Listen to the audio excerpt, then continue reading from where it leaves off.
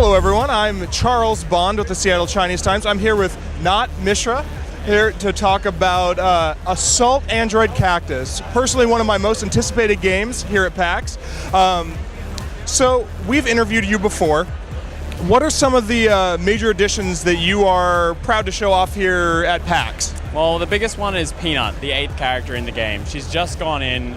She's kind of crazy. I think playing Starch at the moment, but Peanut uses a melter kind of weapon that sprays out this liquid hot stuff that splatters all over the ground. When enemies walk on it, they take damage. So it's just kind of this big spray and pray kind of weapon. And then her secondary is a Giga Drill that just flies across the stage, like it propels her with a big rocket on the back, so you can drill into things and push them around and smash them against the walls.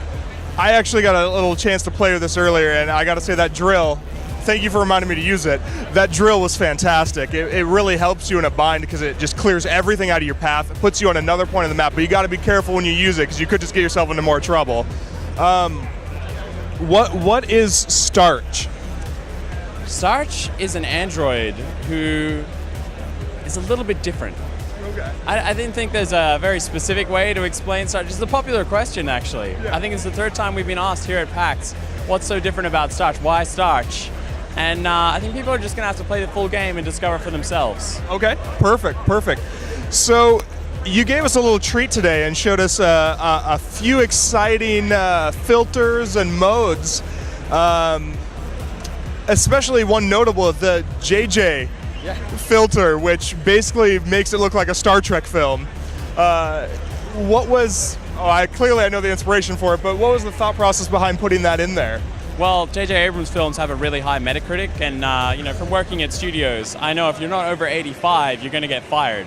So we figured, add some lens flares, plus 10 Metacritic, win-win. That's a perfect thing. I mean, I'm pretty sure J.J. Abrams thinks the exact same thing. What were some of the other modes and filters and stuff you have in there? Well, we're showing off a couple different camera modes. So we've got first-person mode in there with split screen as well. You can play the whole game as an FPS. It doesn't work perfectly because it's a twin-stick shooter and things are spawning all around you. But it's really fun, I think, just to go into your favorite level and see it from a whole new perspective. Classic camera, which puts it into an orthographic projection with a 45-degree tilt, kind of trying to mimic the look of those old SNES games, Smash TV, and that kind of stuff, right? I'm glad you like that one. I think that one's a lot more playable, but also really cool. Yeah, the classic was very playable, very fun, and really brought back that really classic, like, hey, I'm playing an old arcade game. Like, it really brought back some nostalgia there for me. So do you have any way that people can follow you and learn more about this game that may not be at PAX?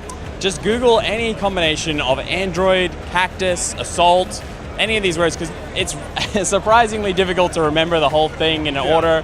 Don't ever name your game anything like this. Don't ever ask me to name your game, or Tim, or anyone on my team.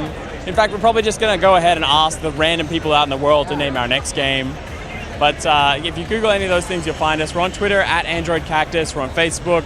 You can find me, Sanatana Mishra, anywhere on the internet, basically. If you look for us, you'll find us.